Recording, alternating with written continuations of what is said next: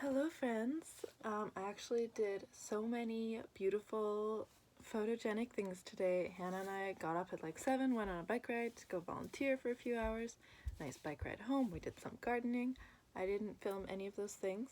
And then I was like, maybe we'll go on like a midnight bike ride to go get donuts. It's so cold, we're not doing that. So I thought I would show you my to be read pile, because YouTube keeps recommending booktubers to me for some reason. So I was like, oh, that's the thing people do. A while ago I rearranged my room and I went through my books, and all of the ones that either I like never finished reading or I might want to get rid of, but I want to look at them first and see if I like them, I put them next to my bed so that I would be forced to do something with them. They are there. There's two piles. So I'll just tell you, oh my god, what they are. Here we have the yellow wallpaper and other stories. Got this, oh my god. Fine. I was at Chapters with my mom. We were looking at the like 3 for $10 or whatever, and I was like, oh, I've heard of this. I read the first like 4 pages and then I forgot about it. So, seems like something I should read. I have so much time right now. Like, when I was, in grade 5, I read like a book every 2 days. This shouldn't be a problem for me. I'm smarter than that now. I have this like short story reader that I got at a thrift store because I think I had the same one in high school. So I was like, oh, these are probably some fun short stories. I love short stories. What does it have? Oh, it has August Heat, which a few years ago I was like, what is that short story called? And I found it. That's in here. Lemminghorn versus the Ants, classic. I remember writing a thing about that. Anyway, I'll probably read it, and I don't think I need to keep it, but I can read it once. I have a whole bunch of geography books because I studied geography. Like, not from class, but from like, oh, maybe this is my field of study, so I should read it. This is called The Shock of the Anthropocene. Refuting the convenient view of a human species that upset the Earth system, unaware of what it was doing, this book proposes the first critical history of the Anthropocene, shaking up many accepted ideas. I can see how if this was my field, I would want to have read this. Oh, the parts are highlighted. It seems really boring to read just on your own. There's highlighted parts and just like some notes. Yeah, I think this book will be here for a while.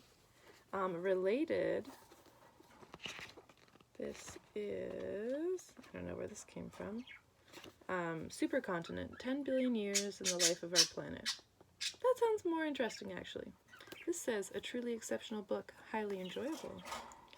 250 million years from now, the shifting land masses of the Earth will collide, creating a single gigantic supercontinent.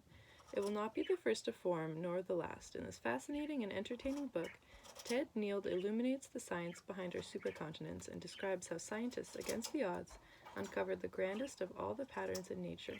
That does sound interesting. A swiftly tilting planet. This is a companion to A Wrinkle in Time, which for some reason I was like, I remember reading that in grade 7, and I thought it was cool. Don't remember what it's about. I had a phase where I would go to the thrift store and look at the sci-fi section and be like, I should just own more old classic sci-fi books. So I guess, yeah, I'll read that at some point. Here we have Braiding Sweetgrass. This is definitely one of the books that I like bought recently to read and was reading, and then just something happened and I have like 50 pages left. So this will sit here until I have done that. Here we have Pride and Prejudice, which I have not read. Natanya gave it to me because she was moving.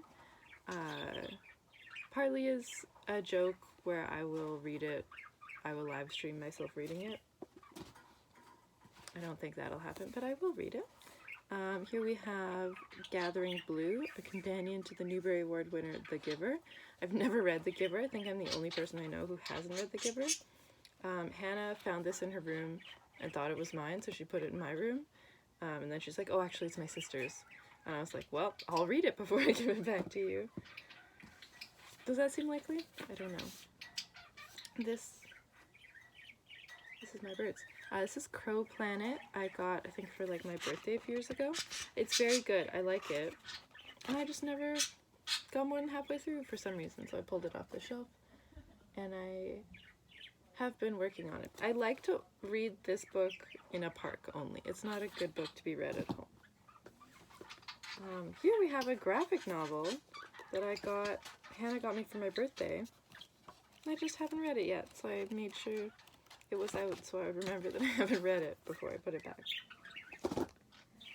Oh, here we have 3 children's books in Tagalog that the place we volunteered heard that I was learning, so she brought them for me. They're like discontinued or decommissioned library books. They're very difficult to read. So they're just sitting there. Here we have Brave New World, another one Hannah put in my room and then realized wasn't mine. But I've almost finished that because it's a very quick read. Here's a book Mia got me. Mia and I always get each other the best Christmas books. Mia always gets me the best books for Christmas. This is The Best American Science and Nature Writing from 2018, edited by an science author that we like. So there's lots of fun essays in here, and I have not read them all yet. Oh, this is a zine that Tom got me that I've already read. It's just here. This book is called Toward an Ecological Society. I think Tom got it for me from a little free library and just thought the cover was cute and it sounded like something I would read. From the 2 pages I've read, I don't think I'm gonna read it, but it looks cute. It probably doesn't have to be here in these piles. I have The Martian Chronicles. I think I've read the whole thing before, but I was rereading it and I got to here, so I may as well finish before I put it away. But I do love The Martian Chronicles. Here's a book I got for Christmas a few years ago. It's on the history of paper. I read, oh no, the bookmark is gone. I read lots of it while I was working through the summer and we didn't actually have anything to do. But you can't just sit there and read for 8 hours. Especially this book, it's not quite that interesting. So it needs to be finished. This book is called Cascadia's Fault, The Coming Earthquake. And this one my grandpa gave me, so it has his like address sticker inside, which is very cute. Once again, relevant to my degree, unlikely for me to read. I guess one outcome of this pile could be give this book back to Grandpa. This is, I think, Mom got for me. It's called The Secret Life of Cows. What's it about?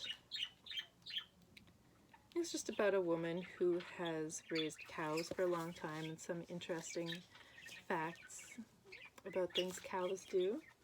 I remember it was enjoyable so far. I have The Golden Compass. Like a year or 2 ago, I didn't have anything to read, so I was like, I'll reread a bunch of books I loved in high school. So I read all of the Gone series, and then I was like, now what? So I started The Golden Compass. Got like a third of the way. I could probably just send it back to my parents' house. We're almost done. Here we have Where is Here? Canada's Maps and the Stories They Tell. It looks like I've read 5 pages so far. Once again, sounds like it could be interesting or it could be not super interesting. Maybe my friend Tom would like this. I don't know. And then the last one is Exit, The Endings That Set Us Free. In this wise and provocative book, the renowned sociologist Sarah Lawrence Lightfoot trains her lens on the myriad exits we make in our lives. Where's some example? For 2 years, Lawrence Lightfoot traveled around the country, listening to people tell their stories of leaving, witnessing their rituals of goodbye, and producing the penetrating portraits that have by now become her signature.